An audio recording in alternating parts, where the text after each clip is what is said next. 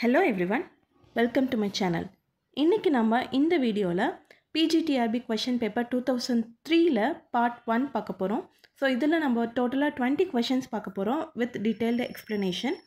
So வாங்க வீடியோக்குள்ளே போகலாம். ஃபஸ்ட்டு question பார்த்தீங்கன்னா the great vowel shift took place in the. So great vowel shift அப்படின்றது வந்து ரொம்பவே இம்பார்ட்டண்ட்டான ஒரு திங்குன்னு சொல்லலாம். நம்ம இங்கிலீஷ் லாங்குவேஜ் வந்து இப்போ கரெக்டாக அந்த ஃபார்மேட்டில் இருக்கிறதுக்கு அந்த கிரேட் வவல் ஷிஃப்ட்ன்றது ஒரு பெரிய இம்பேக்டை வந்து க்ரியேட் பண்ணியிருக்கு. அது எந்த பிளேஸில் வந்து எந்த பீரியடில் வந்து அது டுக் பிளேஸ் ஆகிருக்கு அப்படின்னு பார்த்தீங்கன்னா ஏர்லி மாடர்ன் இங்கிலீஷ் பீரியட். அதுக்கு முதல்ல வந்து நீங்கள் ஓல்டு இங்கிலீஷ் பீரியட் எப்போ, மிடில் இங்கிலீஷ் பீரியட் எப்போ, மாடர்ன் இங்கிலீஷ் பீரியட் எப்போன்னு நம்மளுக்கு தெரியணும். அதை பற்றின ஸ்லைடு வந்து நெக்ஸ்ட் இதில் கொடுத்துருக்கேன். ஸோ ஃபர்ஸ்ட் பார்த்தீங்கன்னா இதனுடைய ஆன்சர் வந்து ஏர்லி மாடர்ன் இங்கிலீஷ் பீரியட். இதை யார் வந்து ஃபஸ்ட்டு வந்து ஸ்டடி பண்ணா அப்படின்னா ஓட்டோ ஜெஸ்பர்சன் அப்படின்ற பர்சன் தான் வந்து இதை ஸ்டடி பண்ணது. ஸோ ஓல்டு இங்கிலீஷ் பீரியட் எதுலேருந்து பார்த்தீங்கன்னா 450 சென்ச்சுரி, அந்த 450லேருந்து 1066 நார்மன் கான்குவெஸ்ட் நடந்தது இல்லைங்களா, அந்த இயர் வரைக்கும் ஓல்டு இங்கிலீஷ் பீரியட்னு சொல்லுவோம். ஏன்னா இதில் வந்து ஜெர்மனோட இன்ஃப்ளூயன்ஸ், ஃப்ரெஞ்சோட இன்ஃப்ளூயன்ஸ் எல்லாமே நிறைய இருந்தது. ஸோ அந்த நார்மன் கான்குவெஸ்ட் 1066ல் நடந்ததுக்கப்புறமா தான் மிடில் இங்கிலீஷ் பீரியட் நமக்கு வந்தது. ஸோ இந்த மிடில் இங்கிலீஷ் பீரியடில் தான் வந்து மிடில் இங்கிலீஷ் பீரியடோட எண்டில் தான் வந்துட்டு நம்மளுக்கு சார்சரு, ஜான் கோவர், லாங்லேண்ட், அப்புறம் வைக்லிஃப் இவங்கெல்லாம் வருவாங்க. ஸோ இந்த மிடில் இங்கிலீஷ் பீரியட் வந்து பார்த்திங்கன்னா 1066லேருந்து 1485 வரைக்கும் புக்ஸில் கொடுத்துருக்காங்க. சம்டைம்ஸ் வந்து 1500 வரைக்கும் சொல்லுவாங்க. ஸோ மாடர்ன் இங்கிலீஷ் பீரியட் அப்படின்றது பார்த்திங்கன்னா 1500லேருந்து இப்போ இருக்க ப்ரெசன்ட் வரைக்கும்.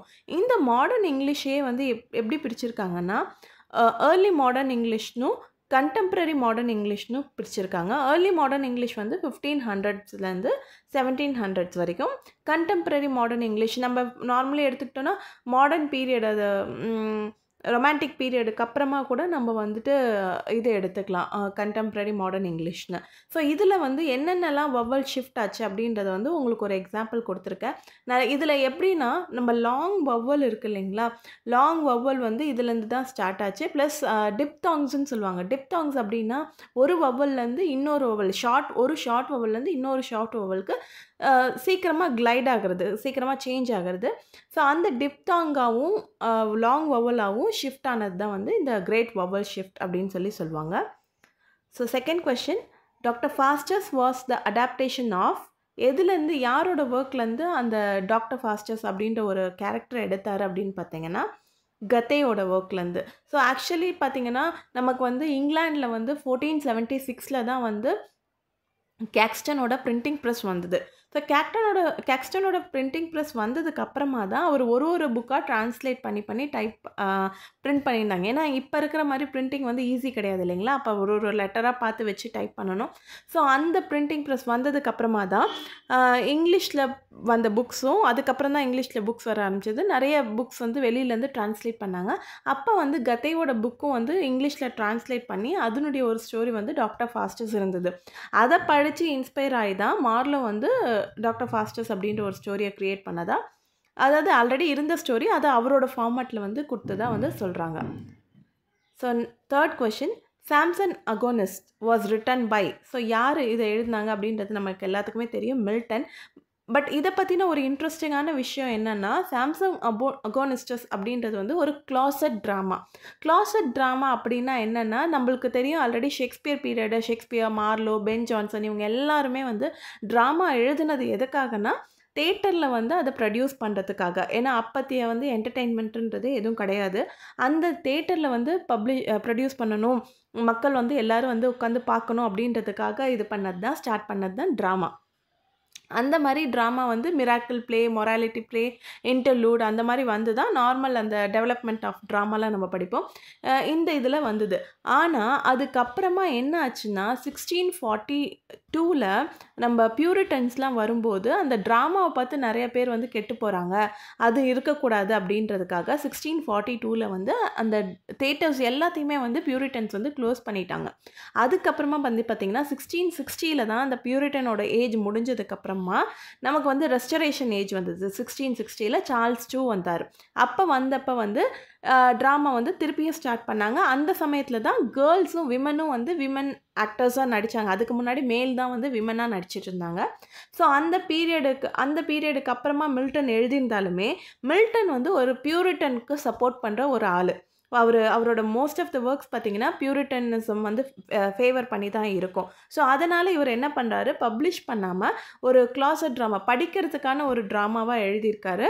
மோரோவர் இதை பார்த்திங்கன்னா இது வந்து ஒரு பொயட்ரி ஃபார்மேட்டில் எழுதியிருக்கிறதுனால தான் நமக்கும் வந்து நான் டீட்டெயில்டு பொயட்ரியில் வந்து இதை கொடுத்துருப்பாங்க. So Samson Agonistes was written by Milton. Next question, which English king was associated with the publication of authorized version of the Bible? So authorized version of the Bible, இதுக்கு வந்து நீங்கள் இதுக்கு பின்னாடி இருக்க ஸ்டோரி புரிஞ்சுக்கிட்டிங்கன்னா உங்களுக்கு ஈஸியாக இருக்கும். ஏன்னா வந்து பைபிள் வந்து நம்மளுக்கு எல்லாத்துக்கும் தெரியும் கேத்தலிக் சர்ச் அப்படின்றது வந்து இருந்தது. அந்த கேத்தலிக் சர்ச் ரோமில் வந்து இருந்தது. அந்த கேத்தலிக் சர்ச் தான் வந்து எல்லா கண்ட்ரியும் வந்துட்டு கிறிஸ்டியனாக இருக்க எல்லா கண்ட்ரியும் அவங்க என்ன சொல்கிறாங்களோ அதுதான் வந்து செய்யணும் அப்படின்ற மாதிரி இருந்தது. அப்போ வந்து பார்த்திங்கன்னா அந்த கேத்தலிக் சர்ச்சில் வந்து ஒரு மேரேஜ் தான் பண்ணிக்கணும், டிவோர்ஸ் பண்ணக்கூடாது, அந்த மாதிரி நிறைய ஃபார்மாலிட்டிஸ்லாம் இருந்தது. இதில் வந்து ஹென்ரி VIII யாருன்னு பார்த்தீங்கன்னா குவீன் எலிசபெத்தோட அப்பா.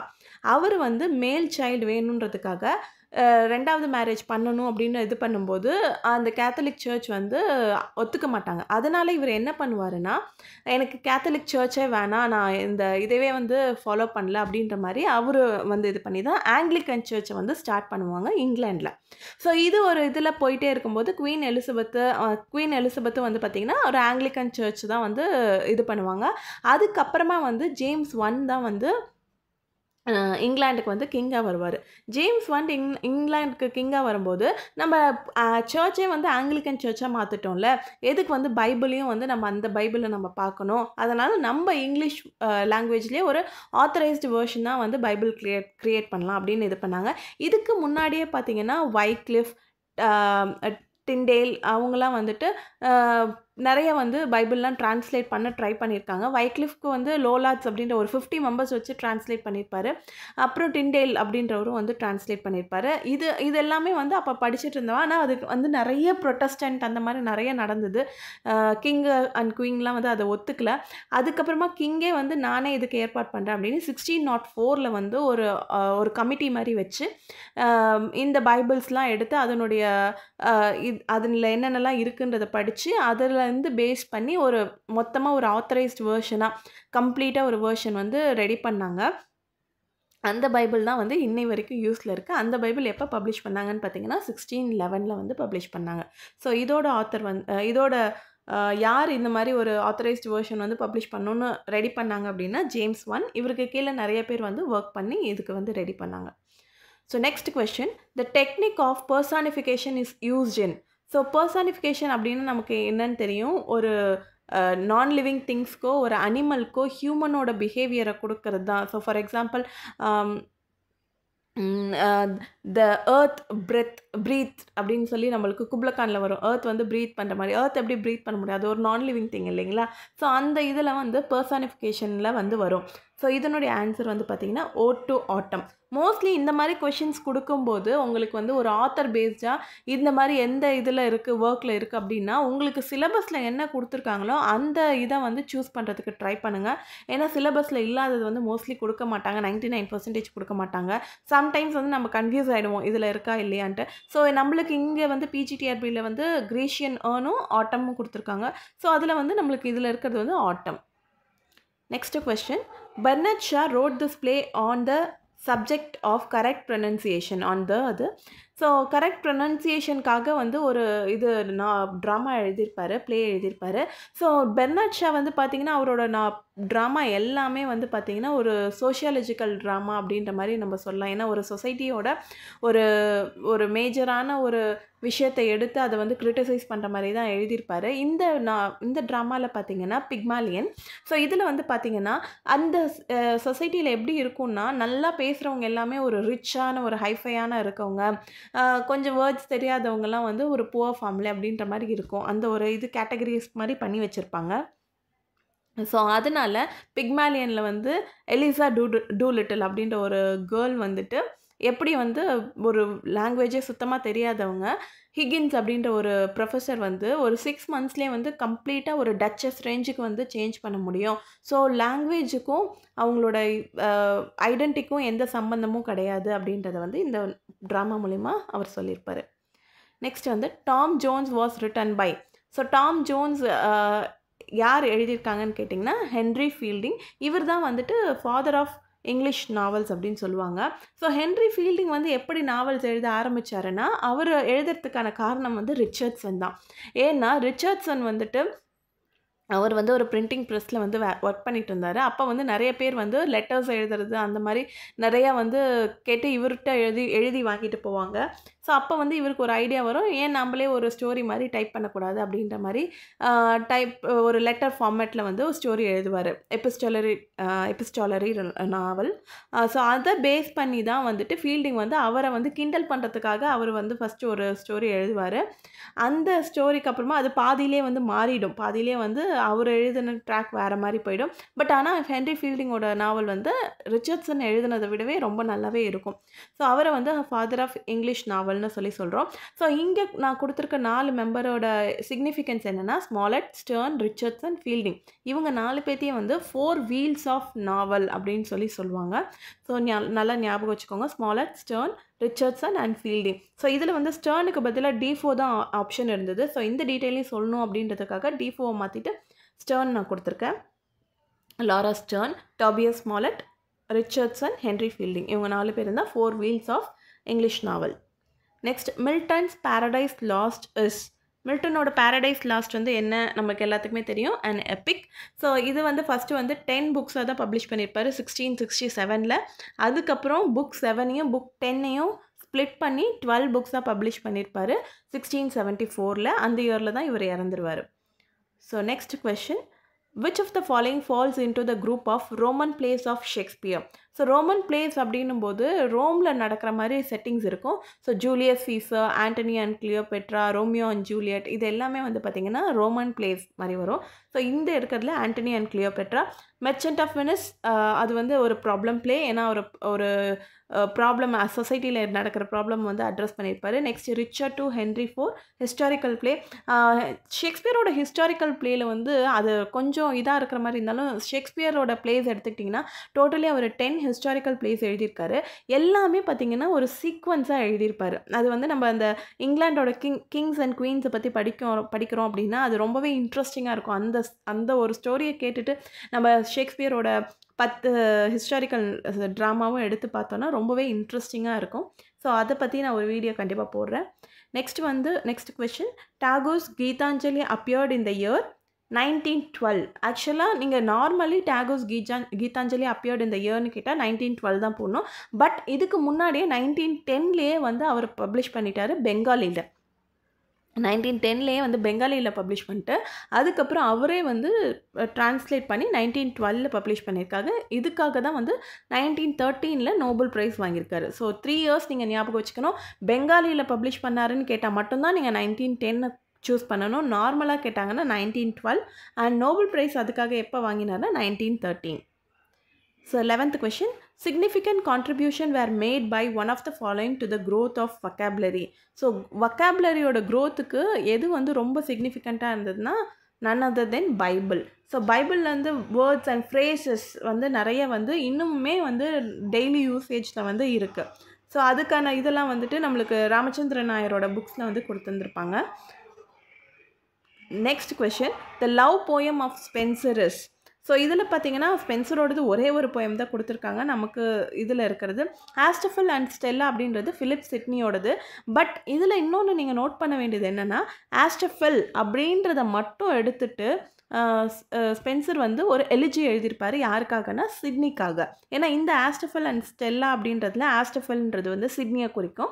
அதனால் அந்த நேமை மட்டும் எடுத்துகிட்டு ஒரு எலிஜி எழுதியிருப்பார் ஸ்பென்சரு, அது சிட்னிக்காக. ஸோ எல் அலிகரோ இல் பென்சரஸோ அப்படின்றது வந்து ரெண்டுமே வந்து மில்டனோட ஒர்க்கு. அதுக்கப்புறம் பார்த்திங்கன்னா எபித்தலாமியன், அது ஒரு லவ் சாங், லவ் போம், அது அவரோட மேரேஜை பற்றினது. So that is Epithalamion. Meaning of Epithalamion is a love song, marriage song அந்த மாதிரி சொல்லலாம். செவி சேஸ் இஸ். ஸோ இதில் வந்து பார்த்திங்கன்னா இது வந்து எதில் கொடுத்துருக்காங்கன்னா நம்மளுக்கு ஃபர்ஸ்ட் யூனிட்டில் பீகாக்கோட செகண்ட் வால்யூம் கொடுத்துருக்காங்க இல்லைங்களா, பேலட் அப்படின்றதுல. ஒரு பேலட் அப்படின்றதுல வந்து ஒரு 50 to 60 பேலட்ஸ் கொடுத்துருக்காங்க. ஸோ நீங்கள் அதை கண்டிப்பாக எல்லாராலையும் அதை படிக்க முடியாது. பட் அதனுடைய டாப்பிக்கை மட்டும் ஒன்ஸ் இது பண்ணிக்கோங்க. ஏன்னா இது வரைக்கும் கேட்ட கொஷின்ஸில் வந்து எப்படி கேட்டிருக்காங்கன்னா அதனுடைய டாபிக் மட்டும்தான் கொடுத்து அது என்ன அப்படின்ற மாதிரி கேட்டிருக்காங்க. ஸோ இங்கே வந்து பார்த்திங்கன்னா அந்த பேலட்ஸ்லேருந்து ஒரே ஒரு டாபிக் மட்டும் கொடுத்துருக்காங்க, அது வந்து ஒரு பேலட். நெக்ஸ்ட் அந்த இதை டீட்டெயில் வந்து நான் வியாட்டன் சாரே அந்த டீகோடிங் த சிலபஸ் அப்படின்ற ஒரு வீடியோவில் கொடுத்துருக்கேன், நீங்கள் இது வரைக்கும் பார்க்கலன்னா பாருங்கள். Next question, Sylvia Plath is noted for her. So Sylvia Plath எதுக்காக நோட் பண்ணோம் அப்படின்னா அவங்களோட கன்ஃபெஷனல் ரைட்டிங் அப்படின்னா நம்மளோட சொந்த லைஃப்பில் என்ன நடந்ததோ அதை வந்து டெபிக்ட் பண்ணி ஒரு இதில் ஒர்க்கில் எழுதியிருப்பாங்க. இட் இஸ் நாட் லைக் ஆட்டோபயோகிராஃபின்னா அப்படியே அந்த ஸ்டோரி எழுதுறது. பட் இதில் வந்து ஒரு சில சீன்ஸ்லாம் மட்டும் எடுத்து அந்த இதை வந்து ஒரு போமாவோ ஒரு ப்ரோஸாவோ எழுதுறது தான் கன்ஃபெஷனல் ரைட்டிங். இது மோஸ்ட்லி வந்து பார்த்திங்கன்னா அமெரிக்கன் லிட்ரேச்சரில் வந்து ஒரு particular period, I think 1950s to 1960s நினைக்கிறேன். ஸோ அந்த பர்டிகுலர் பீரியடில் வந்து இருந்த நிறைய ரைட்டர்ஸ் வந்து கன்ஃபெஷனல் ரைட்டர்ஸ் அப்படின்ற மாதிரி ஒரு இது இருந்தது. அதில் சில்வியா பிளாத் வந்து ரொம்ப ரொம்ப இம்பார்ட்டண்ட்டான பர்சன். நம்ம இந்தியாவில் எடுத்து பார்த்துக்கிட்டிங்கன்னா கமலாதாஸ் வந்து ஒரு confessional poet. Next question, Christ hospital 5 and 30 years ago is about. So normally இதை பார்த்த உடனே கிறிஸ்ட் ஹாஸ்பிட்டல்னு வரதுனால எல்லாருமே இதை வந்து ஹாஸ்பிட்டல்னு தான் சொல்லுவாங்க. பட் ஆக்சுவலி வந்து இது வந்து ஒரு ஸ்கூல். 35 yearsக்கு முன்னாடி அந்த ஸ்கூலில் லேம் படிக்கிறப்ப என்னென்னலாம் நடந்தது, அவர் எப்படி கால்ரிட்ஜை மீட் பண்ணார், அந்த இதெல்லாம் இதில் கொடுத்துருப்பாங்க. So it is about a school. Next question, in my first acquaintance with poets Hazlitt did not meet. So first acquaintance with போயட்ஸில் வந்து ஹாஸ்லிட் நிறைய மெம்பர்ஸை மீட் பண்ணியிருப்பார். Even including Mary wollstonecraft craft, Godwin, இவங்க எல்லாத்தையுமே நிறைய பேரோட நேமும் வந்து அதில் மென்ஷன் ஆகிருக்கும். கால்ரிட்ஜ் யாரெல்லாம் ப்ரைஸ் பண்ணுறாரு, யாரெல்லாம் அவருக்கு பிடிக்கல, எல்லாமே இருக்கும்.